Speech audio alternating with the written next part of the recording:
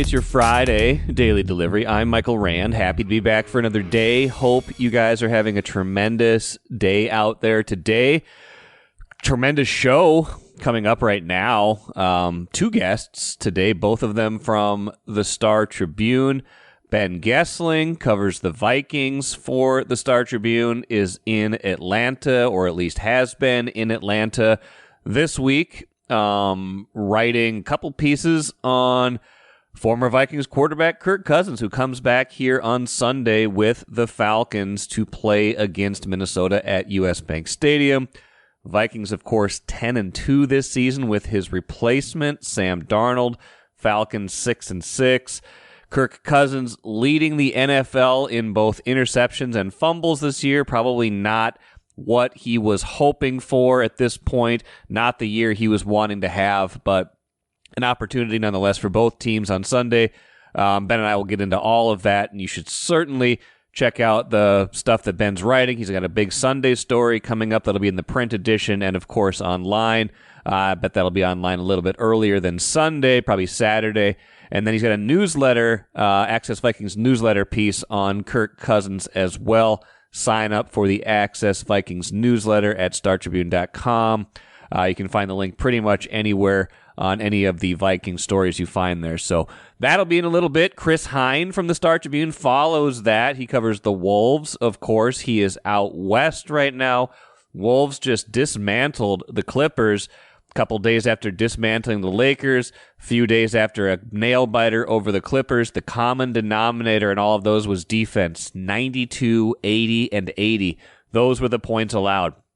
Wolves may be regaining their defensive identity, regaining being on the right side of 500, 11-10 now, but two big games now against Golden State tonight and Sunday.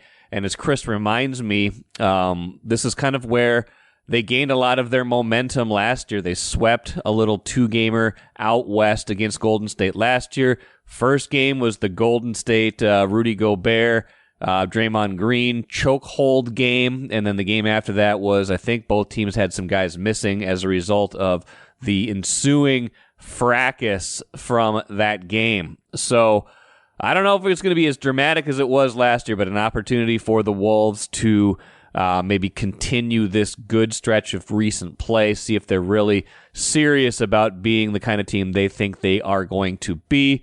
Go for volleyball thoughts at the end of the show. First, though, what did I miss?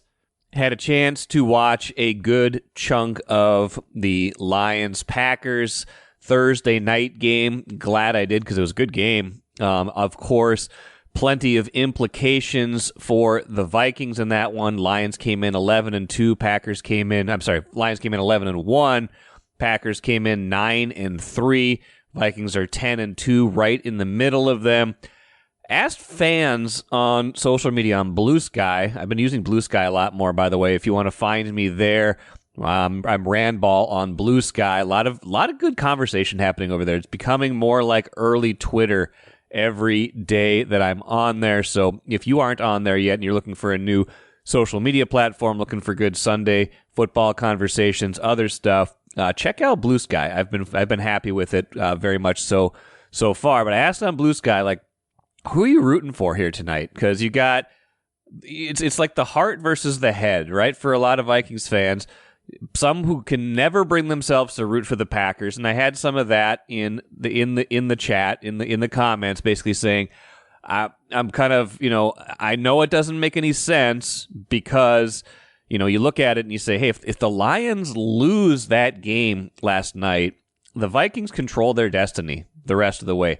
They win out. They are the NFC North champions, and that includes a Week 18 game against Detroit. But they would have been put themselves in a spot where they could have tied Detroit this weekend with a win over Atlanta. They would have both been 11-2, and then you're talking about, hey, go the rest of the way. If everybody wins out until that last game, then it's going to be for all the marbles, and if the Vikings win, they are the NFC North champs. Very likely at that point, of course, they would be home field advantage throughout the playoffs. I'm not sure the tiebreakers against Philadelphia, but anyway, they would have a very good chance to be number one seed, home field advantage. So, thinking about it with your head, even if they don't all win out, like another loss for Detroit, very good for the Vikings, at least in the short term. Some people, though, can't bring themselves to root for a Green Bay win, any kind of Green Bay success. And I had plenty of that in the chat, too. Like, hey, I don't care what this means for the Vikings. I can't bring myself to root for a Green Bay victory. It's just not baked into my DNA to do that. And you know what? I get it. I get that.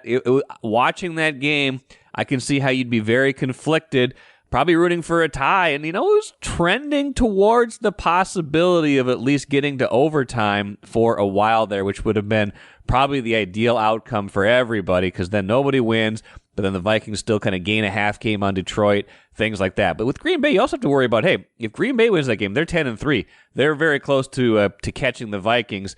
That said, in terms of what that all means, both those teams are almost certainly still going to make the playoffs. They're still probably trending to be wild card teams unless something else happens. So you're looking at it like, okay, for the Vikings, it's best if Green Bay wins, but people can't bring themselves to root for the Packers to win that game. So anyway, that was kind of the backdrop of the game. The game itself, just reiterating how exhausting it has to be to play Detroit. They're going for it on fourth down all the time. They score 2 touchdowns on 4th and goal plays where, I think a lot of coaches would probably go for it in those situations, but I think a ton of coaches also would kick a field goal, like the end of the first half, right? They're up 10-7. They've got 4th and goal from the 2. A lot of coaches would say, hey, you know what? It's been a good run. It's been a good drive. Let's take 3 points. Let's not risk this. Let's not risk going into halftime empty-handed. Let's take the sure points, go up 13-7. Dan Campbell goes for it. They get a touchdown pass, 17-7 at the half. Now, the one that backfired on them was, they're up, I think, 24-21. And they have 4th and 1, I think, from like their own 31. And they're like, you know what? This is who we are. This is our identity. It's it's getting late. It's like, late third quarter, early fourth quarter. You're like, what are you doing? Why, sometimes you just have to punt. You have to capitulate when it is statistically meaningful for you to do that sometimes. They go for it. They don't get it. Green Bay goes down and scores the go-ahead touchdown. It's 28-24 now. So that could have cost them. But the biggest one is, okay, you get to the end of the game, 31-31. They've managed to rally. They've managed to hold Green Bay then to a field goal in the next possession. They're driving down. They've got the ball 4th and 1 at Green Bay's 20. And they're sitting there facing this dilemma. It's like 42 seconds left. Green Bay is out of timeouts. Almost everybody in the world would just try the field goal at that point, right? You got the go-ahead field goal. After you kick it, there's going to be about 35 seconds left. Green Bay is out of timeouts. You're like, okay, I know that our defense, I'm talking as Detroit, I know our defense is banged up, is not great. I know 35 seconds, even with no timeouts, is kind of a long time. I know Green Bay's kicker, McManus, has a pretty big leg, has been kicking really well. All that said, like, all you have to do is make one, sack Jordan Love once, make one play on defense, and they're going to have a really hard time moving into field goal range. I think almost every coach, and even statistically, if you looked at the odds that people were putting out there, like the percentages of go for it versus kick the field goal, even the percentages at that point were saying kick the field goal. Because if you don't get it, if you go for it and you don't get it, you're still tied. And now all those things I just said about Green Bay going down and kicking a field goal apply, but not for a tie. Those apply for a win now. So Dan Campbell, though, decides to go for it. Jared Goff gets stepped on the handoff, is like falling backwards, but still manages to complete the handoff. Detroit gets like 7 yards on the carry. They get the first down. They run the clock down. Now, one more play later, they get into where they want the field goal to be kicked from. Run the clock down to 2 seconds, kick the game-winning field goal. Green Bay never gets a chance to even get the ball back, doesn't get a crack at it. Well, man, it's an exhausting brand of football for an opponent, and it's risky. It's risk-reward. I mean, sometimes risk is masquerading as actually playing the percentages. It's just not how we're used to seeing football be played. Even in this modern era, Dan Campbell takes it to an extreme. Certainly extremely different than what the Vikings faced last week when Jonathan Gannon and the Cardinals were pretty conservative. If they were playing the Lions, 3 or 4 of those scenarios where Arizona kicked field goals or decided to punt, things like that, Detroit's going for it. And it cuts both ways. Like if you can make the play against them, you can turn that aggressiveness against them. But more often than not this year, Detroit has been successful with that. So just watching them more closely in a game where it's not against the Vikings. It's you've got a chance to watch them in an ultra competitive game. You just get a real sense for how difficult, how much stress they put on you, and counter to how much maybe more extra aggressive they are even right now with how banged up their defense is, how vulnerable they perhaps are. Now, check this out. They do play Buffalo next week. They've got 2 road games after that, I think, against like the 49ers and the Bears. Should be favored in both those games, although, not gimmies, not layups, but San Francisco having a tough season, Chicago having a tough season, and they host the Vikings in their final game. But if they lose that Buffalo game, all the things I talked about right now apply if the Vikings can win out. So a missed opportunity for the Vikings, but I'm sure Vikings fans this morning are not sad that the Packers lost. They're 9-4 now. Packers all but eliminated from division contention, but still, of course, very much in the playoff race. Didn't gain a whole lot of yards last night. Like Green Bay barely had the ball. They only ran like 43 plays. Like Detroit just dominates the ball. Gives you opportunities. I think Goff had an interception that gave him a short field. They go for it and don't get it. That's a short field. Green Bay barely had the ball, but Detroit wants to stay on offense, wants to put you on your heels. It's a hard way to play if you're an opponent, and I gotta say, I respect it. I don't know when it'll stop, and if a team that can make them pay for it, as teams have in the past, will reap the benefits at some point here down the road. I want to talk to Ben Goessling right now, Vikings writer, of course, for the Star Tribune. Ben is in Atlanta right now, made a special detour this week. You can see the ATL in the background, so it's no secret. Working just a general piece on Atlanta, or maybe someone else down there piquing our curiosity, Ben.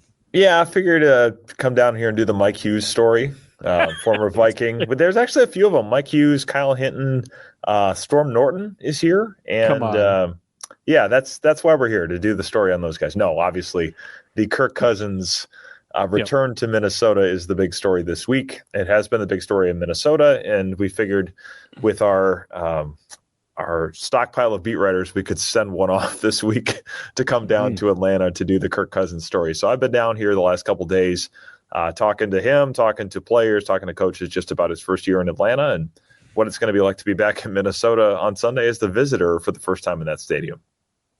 I want to hear your take on things. My take is this probably couldn't come at really a worse time for Kirk. He's coming off 2 pretty bad games, probably the last one his worst game of the year, unless you want to say the first game of the year was his worst game. That's debatable.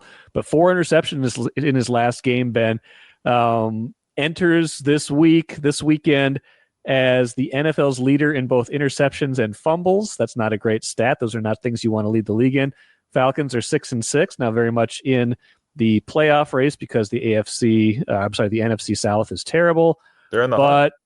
They're in the hunt. They're probably still technically in the driver's seat. They are. But Kirk Cousins is always in the hunt. Kirk is always in the hunt graphic. Always in the hunt graphic. You can count on that. What do you make of this? And then, of course, I want to hear what you've reported down in Atlanta.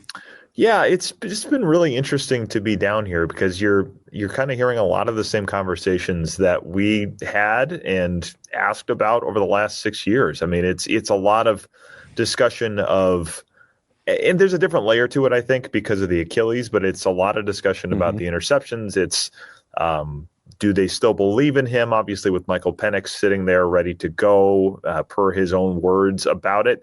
A lot of discussion of things you've heard before of no 2 turnovers are the same story and everyone is its own entity. And, a lot of talk about the detail that he goes into and how he's the same guy every day and all of those different things. But I think the thing they are going to run into here is the mobility has been, I think, limited for him because of the Achilles. That's not a secret. His power on some throws, I think, it's certainly something that a lot of coaches got asked about this week, and that he got asked about. Is he able to drive the ball and push off of that back foot the same way that he did before the Achilles? And then, just how does it go for him back in Minnesota, knowing that this defense is one that he's played, but also one that he's struggled with in practice? And I think this is a particularly difficult matchup for him because they make you process things. They make you hold the ball. The Falcons have had a lot of quick game. They've tried to get rid of the ball out of Cousins' hand pretty quickly, but not being able to move around a lot and not being able to probably drive the ball the way that he could in the past. I do think this makes this a really tough matchup for him to come home, or come back to Minnesota, I should say, and go from there. Well, and it's been a kind of a weird tenure from the jump, and we've talked about this plenty, obviously, but when they draft Penix, it's like the very thing he was hoping to escape here in Minnesota. Like, Minnesota made it very clear, like, we're going to draft a quarterback. Like, if you come back, it's basically for probably 1 year. Yep. And he kind of goes to Atlanta, A, because they give him a lot of money, but B, he's probably thinking, okay, I've got a little bit of a runway here. They have invested in me. I've got at least a couple of years. And then 6 weeks later, they draft not just a quarterback, but a quarterback who's got some years on him. Like, Penix is 23, 24 years old. He's one of the older quarterbacks in the draft, not a project, more or less a quarterback who's probably more ready to go, but he's got 2 years of guaranteed money. So it's been a weird kind of swirl. And now coming off a 4-interception game, Raheem Morris gets asked, is he still your guy? Like, it's a tough spot to be in.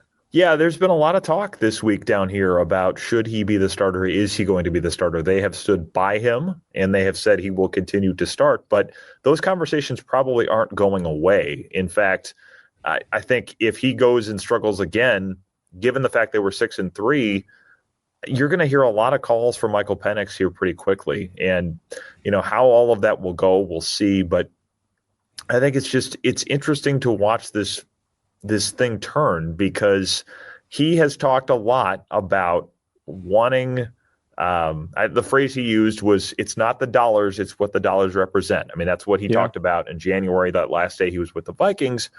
And that means guaranteed money. Obviously, that has been the number one priority for Cousins and Mike McCartney, his agent, over the years. They have said, we don't need the long-term deals. We want guarantees that either make it so that the contract has to be renegotiated every couple of years, which usually leads to them getting another chance to get something they want, or it gives you insurance going forward because you were going to be in a team's plans. The Vikings were fairly upfront with him, as I understand it, about, we are probably going to take a quarterback. So if you come back here, you are in effect preparing your replacement, or providing the bridge for your replacement. He said, I don't really want to do that. I want more than 1 year guaranteed. The Vikings were not willing to go there. They were not willing to guarantee all of 2025. That was a sticking point in 2023. It was a sticking point this year when they were talking to him about a deal. So he leaves for a deal that I thought, the way it was written, was meant to prevent him from ending up in the situation that he wanted to avoid in Minnesota. He gets 2 full years guaranteed. And then I think he has a big roster bonus in 2026 that becomes guaranteed next year. So in other words, if the Falcons were not going to give him that, they would have to turn him loose already in 2025, early in the 2025 league year, to avoid that happening. So they did that, and he's got a no trade clause too. They gave him everything. I think I wrote this after it got done. It was like a greatest hits anthology of the Kirk Cousins, Mike McCarthy deals with the Vikings. All of the favorites that they put in there were in this one, and the Falcons said yes to all of it. And then they actually were the team that surprised Cousins with the fact that they took the quarterback. They gave him a few minutes notice before the pick comes in. My understanding is that he was taken aback by that and was stung by that. So he is having to work through all of that now. But they gave him the deal that he was looking for, and the one that made him leave Minnesota. I don't know. I don't think he would say this out loud at this point, or be terribly interested in discussing it. But if he had it all over to do again, would he have taken the deal the Vikings had on the table? I don't know. I wonder that, because I think he's going to end up in the same spot down here in a lot of ways. And I don't know if the Vikings would do it again, given what they've gotten from Sam Darnold at a fraction of the cost.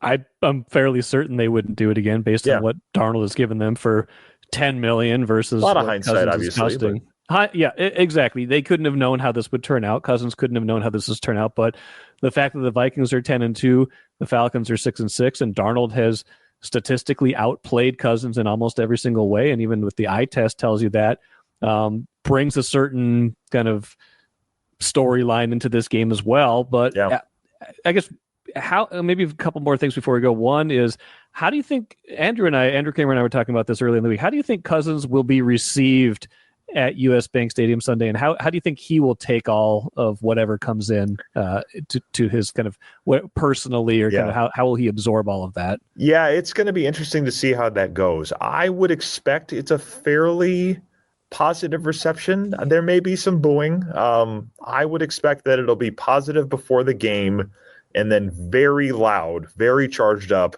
during the game. Right. Yeah. That would be my guess at it. I don't think there's anything that he did other than taking the deal to leave that would leave people to boo him. Obviously a leader, a guy that carried himself well in the community over his 6 years in Minnesota. You know, the reasons people had issues with him were the fact that he was making a lot of money and they didn't feel like they got enough return on investment for those salaries. But I don't think there's going to be anything that people would look at with him and out and out be hostile toward him that way. But I do think there's going to be a lot of desire to beat him, to make him look worse the wear, probably, to make him seem like the Vikings are better off without him. I'm sure all of that stuff will be driven into how fans react to him during the game on Sunday.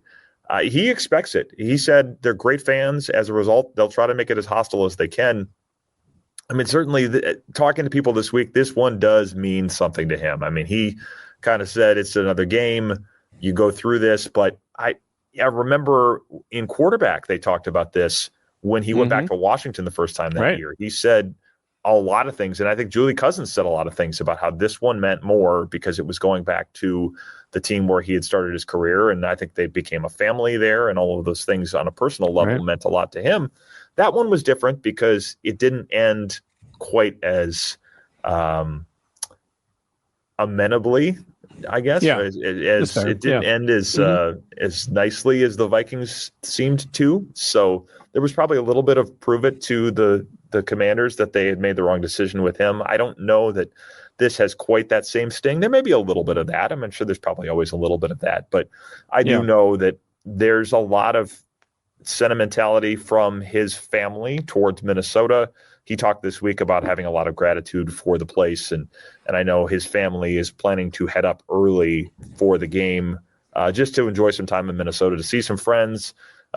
He mentioned his old neighbor John Weber that shoveled his driveway. His driveway shoveled for old time's sake. Yeah, I mean, he brought it up this week, so a lot of those things, a lot of the familiar Kirk Cousins riffs were here this week. It all felt very familiar in that regard. So I think this does mean something to him. I think this game is going to mean a lot to him. Obviously, he and Kevin O'Connell are very close, and I think have stayed very close.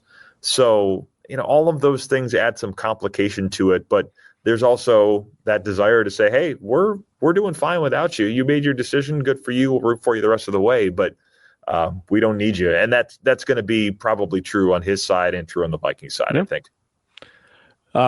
Last thing, I know you're writing something bigger on this. Is this part of Friday's newsletter as well? People should sign up for that, obviously, regardless, but I imagine maybe some of this goes into that as well. Yep. We're going to have two different pieces. There'll be a story in the Sunday paper that will go online earlier, but then I wrote another insider for the newsletter that kind of looks at really, I kind of went after this idea of who gave Cousins more of what he wanted, the O'Connell, Kwesi Adolfo-Mensah regime or the Mike Zimmer, Rick Spielman regime. Because when you look at it in the end, the love language that it seems to mean the most to Cousins, and this is true in the NFL in general, the love language that means the most in the NFL is guaranteed money. And the group that was always willing to give him guaranteed money was Rick Spielman, Mike Zimmer, probably to his own his own consternation over the whole thing. For all of the things we heard Zimmer say about him, the Vikings always came to the table and they always opened up the checkbook.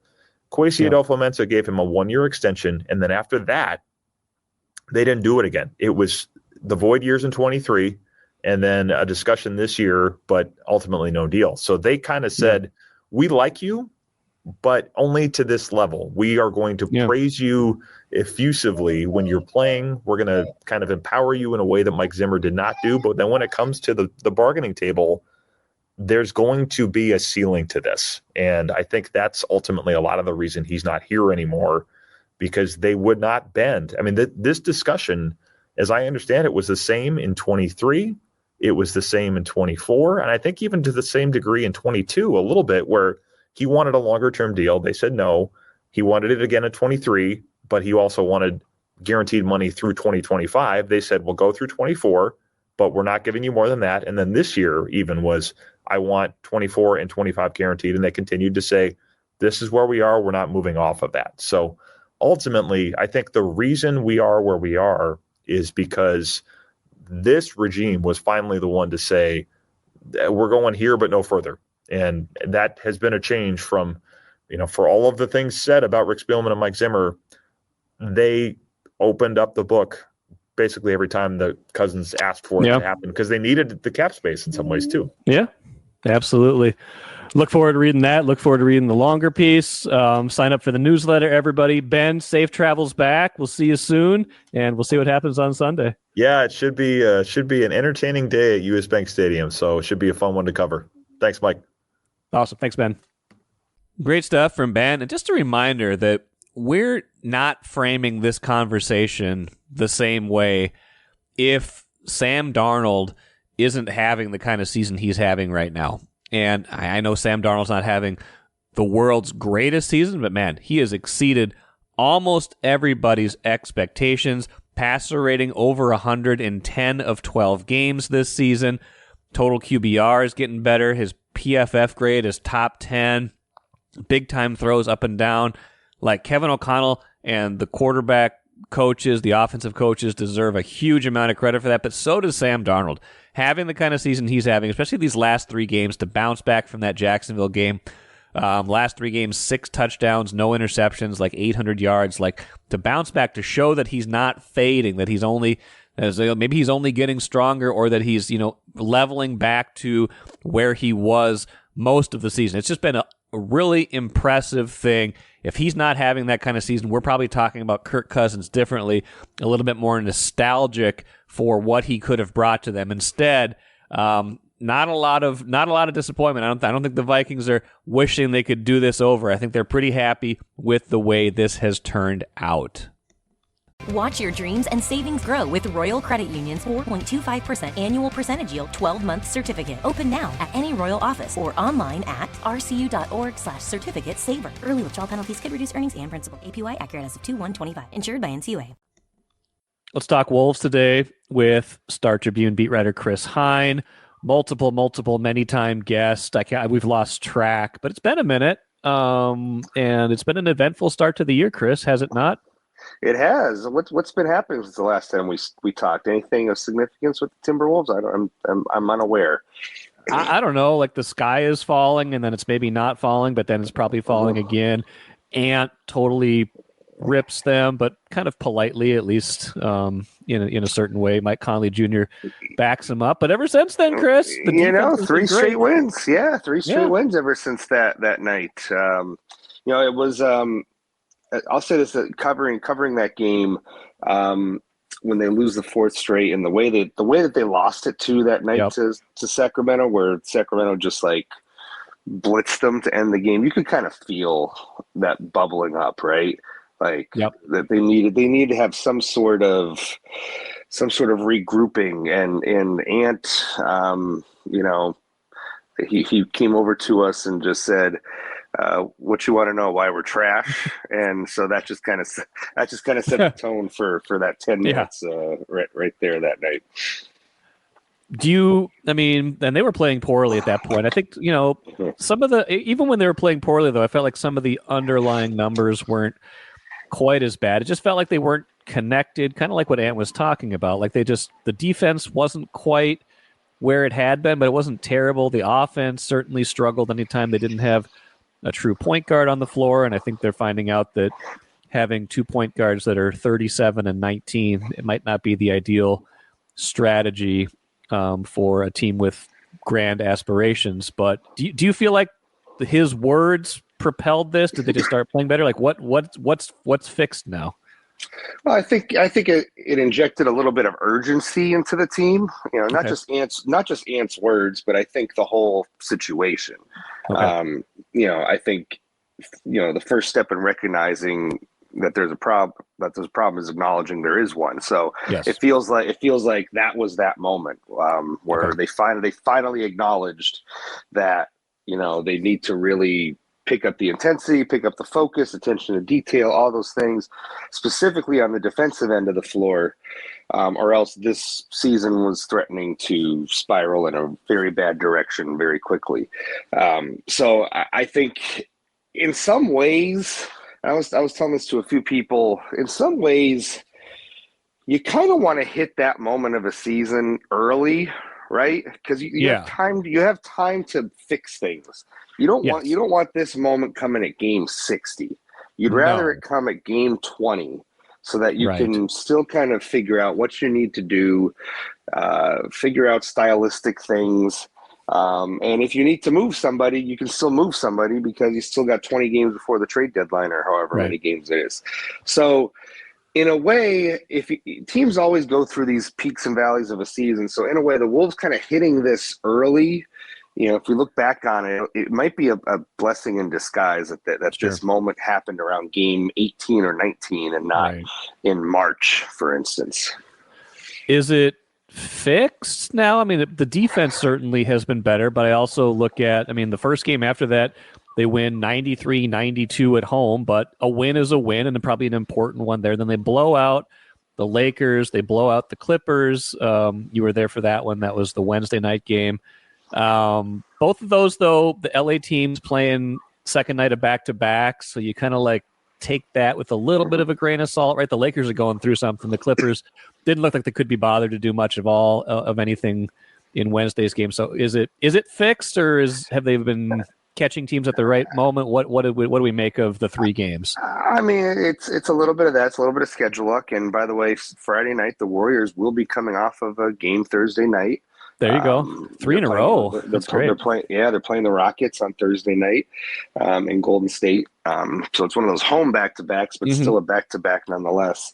I think it's a little bit of both. I do think that the defensive end is what is most encouraging. And the way that they have just come out and against teams who were there for the taking, came out and dominated the game. Like that's, that wasn't happening against, say Portland, for instance, earlier this season on that road trip. Didn't happen against Toronto. So I think, that's a first step is beating the teams you should beat or that are there to be beaten. And they've certainly done that in the last 2 games. So I think it's a step in the right direction for them. I think with the defense, I think what the Wolves have noticed is playing aggressively is the way that they have to go about this. It's a little reminiscent of, listen, the Wolves have always had kind of a combination of a fly around mentality with Rudy Gobert there, who has played traditional drop coverage his whole career prior to coming to the Wolves. So their defense, even last year, was a little bit of a synthesis of these 2 styles. They're leaning more into the runaround style this year, which if, diehard fans may remember the team 3 years ago, the one that lost to Memphis, that was kind of the style that they played. Run around a lot, create turnovers, and try to get out in transition. And that's what the Wolves have gotten to these last couple of games. And I think what it's doing is, I think it's just activating the team and getting guys just into the game, more than like a traditional drop coverage would, where it's like they're kind of standing around, relying on Rudy to do things at the rim, but they're not very active and in the flow of the game. I think with this style of play, I think what it does is it gives guys a reason to be invested in the game. And, as they have said, basically, even if you make the wrong decision on a rotation or whatever, make a decision as opposed to no decision at all. Right. Because then guys can cover behind you if you make the wrong one. And I just think that this approach has really benefited them in terms of just getting into the flow of a game early. and it carries over the offensive end of the floor too. It seems just generally like a better style for them to play this year because of the personnel they have. I mean, you still got Gobert to clean up a lot of those messes when he's in the game, but then you've added another really good wing defender in DiVincenzo. You've still got McDaniels, Edwards, Alexander Walker. Like, you've got a lot of guys who can kind of play that runaround style. Now, I don't know how well it suits Julius Randle, but it suits a lot of players on this team pretty well. I think it does. I mean, if you think about it too, it's like you swapped out Cat, although Cat was good at the fly around. Yes, I think he was better at that than the other stuff. Yes, you swapped out Kyle Anderson, not the most fleet of foot, right. And you bring in a DiVincenzo in that rotation spot, who is more of a flyer, athletic fly around kind of guy, yes. Right? That suits his defensive style a little better. And you mentioned all the other perimeter defenders they have on top of it. And yeah, it makes sense that this team maybe flies around a little bit more because they have, a net +1 DiVincenzo for Anderson that would probably be that benefits from a fly around style of defense. And so if he's going to play 25 minutes a night, 20 to 25 minutes a night, I think it's helpful that the defense is kind of revolving around that. Plus, I think this fly around mentality also helps them synthesize what they want to do when Gobert isn't on the floor. Sure. And so when that second unit can just say, all right, everybody, let's just run around, right? Yep. With Naz Reid and Julius Randle as your 4 and your 5, and low man responsibilities kind of just depend on who's there at the time. I think it's beneficial. I think that's beneficial for that second unit because they're not trying to either play a way that doesn't fit their personnel, A, or B, doesn't confuse them because things are kind of the same. In terms of like what the responsibilities are and what the coverages are. That makes a ton of sense. Now, offensively, I think they've benefited from this style too, especially against the Clippers, but they had a huge fast break advantage. Even had Gobert leading the break a few times, dishing like no look stuff. You can tell you're having fun when Rudy Gobert gets to do that, and he kind of flirts with a triple double. Like if he would have had to play 8 or 10 more minutes, if it had been a closer game, he might have gotten there. He didn't get to any of the benchmarks, but he had 8 points, 9 rebounds, 9 and 7, I think. Yeah. 5 steals too, I think. So he was filling up the stat sheet. I was joking. It was almost like a Ricky Rubio stat line from the vintage Rubio days, but that helps the offense. But, half court, there's still a little bit clunky is the wrong word. Like, I still don't know about the Randle fit. I thought Randle would be a better fit than he has been. I think he's been more like what you thought he would be. Where does that stand at this point? I think there's good nights and there's bad nights, right? If that's what it feels like for the offense, especially with that starting unit right now. Yeah. It's up and down. It's inconsistent. Ant has struggled to shoot well the last couple of games, but he seems to at least be making the right decisions when it comes to the blitzing and the double teams that he's facing. And I think that was a help last night. But as for Randle, it's an interesting style. That's the bully ball plus, is he going to shoot or is he going to kick it out this time? I always thought it ran a little antithetical to what Chris Finch wants to do offensively, but they're trying to make this work and again kind of synthesize styles of play. Not every possession is like that when Randall's on the floor. Sometimes he's the beneficiary of that ball movement. He had a bunch of threes early on last night in that game. So, but I think overall, that's the way they have to play because that the second unit now is finding some traction.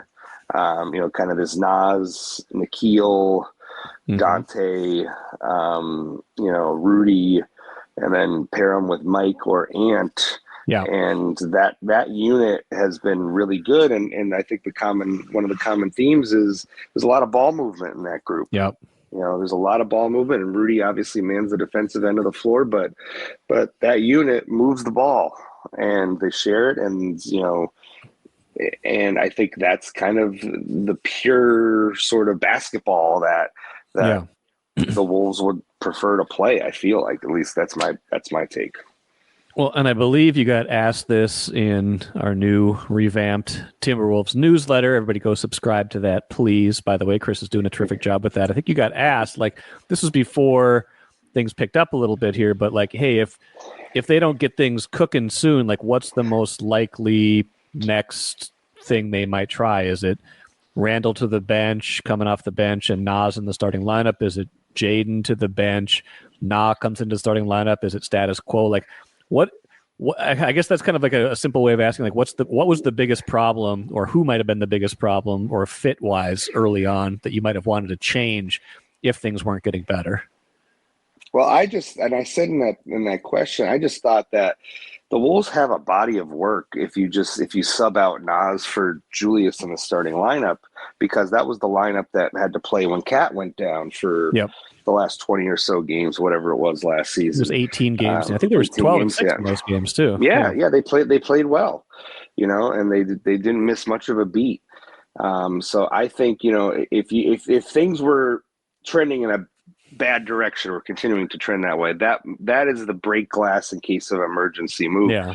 But it's fraught with political implications, because removing Julius Randle from the starting lineup means you are almost communicating to him that he has no future here. Yes. And what happens then if you move him to the bench? And it communicates to trade partners that you might be selling low if you do decide to trade him too. Correct. Yes, there's that as well. So I think that is the ultimate break glass in case of emergency move. Chris Finch just doesn't move people out of the starting lineup, Yeah, that's true. So, I don't see Na replacing McDaniels anytime soon. I don't see that move. And I honestly just think these Wolves, the personnel, whether it's Tim Connolly or Chris Finch, they like continuity, and I think they want to let things marinate and let things develop, right? That's what happened after year one of the Gobert experiment. Right. Everybody was saying, you got to make a change. This isn't working. Right. They stuck with it, and it worked in year two. So I don't see Finch pulling that or pushing any of those buttons, especially anytime soon, and especially now that they've won 3 straight games. But I think if you're going to make a change with Randall, it's going to come at the deadline. But I think most likely something ends up happening in the summer if they're going to end up moving on from him. I think they end up probably giving that a whole year to see what happens. They like continuity unless they're making franchise-altering trades, like 2 of them had. The Gobert trade, and of course the Cat trade, like right before the eve of training camp.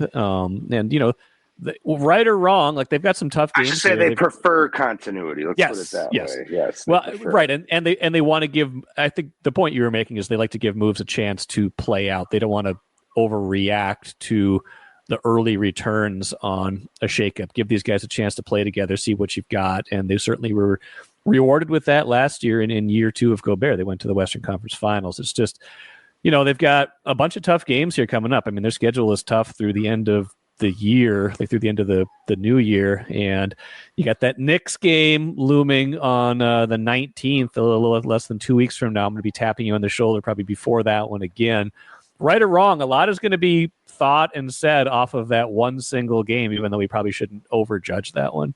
I think that'll be a significant one. I would think so too. I'm looking forward to it. It'll be fun.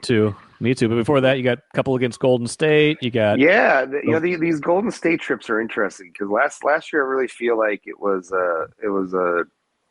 almost like a defining moment early in the season. You had the Gobert where Draymond Green chokehold of Rudy Gobert, the Wolves beat the Warriors twice, and it was, I feel like, an early signal of, hey, the Wolves are here this year, you know. That's right. So the second one, a bunch of guys were out because of the first game, right? Were there some suspensions that were levied before that one? Draymond was certainly out, and I feel like the Warriors were shorthanded. Maybe the Wolves too. I think that's true. I actually forget the order of the games. I think you're right. I think it was the first game was the chokehold, and then the second game, the Wolves had to I think they had to scrape a second half comeback and win that one. But it was, I think that set of games was an early moment in that season, and you know, I think similarly, I think this could be as well. These upcoming 2 games here. Yeah, should be fun. Friday and Sunday. Chris will have the coverage from that, and I'm sure we'll talk again soon. Chris, safe travels. We'll catch up again soon. Sounds good. Thanks, Mike.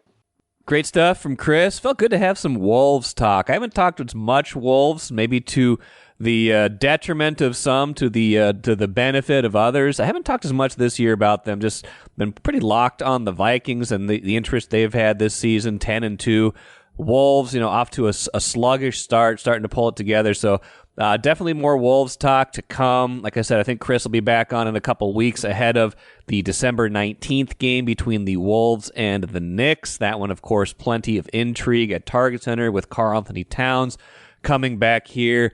Musician and NBA writer Claire DeLune expected to join me next week ahead of the Wolves-Lakers game. Claire is a huge Lakers backer, so we'll talk about that before the Wolves play the Lakers, all the problems LA has had lately, as well as other fun NBA stuff. So some more good NBA talk coming up soon for your pleasure if you do enjoy that sort of thing. Let's finish with the cooler quickly. Gopher volleyball team survives in the NCAA tournament. Seems like it was a close one. I did not watch it, but close first set against Western Kentucky, but they eke it out. They win the second, lose the third, down in the fourth before they rally to finish that thing off. So they win in 4. Does not sound like head coach Keegan Cook was terribly pleased with what he saw, but he is happy, of course, to advance. Gophers now play against host Kentucky, the region's number 3 seed in the round of 32, the next round, the second round here tonight. So we'll see if they can make it to the Sweet 16. They've made it this far 10 years in a row. That is a mark of a pretty damn good program. That will do it for me today. Plenty of good stuff coming up next week. Like I said, should have a Sunday post-game show, of course, after Vikings-Falcons. We'll see how the Kirk Bowl goes. Royce on Monday, and then plenty of good stuff next week as well. Until then, I am Michael Rand. Enjoy your weekend. Back at it again in a couple days.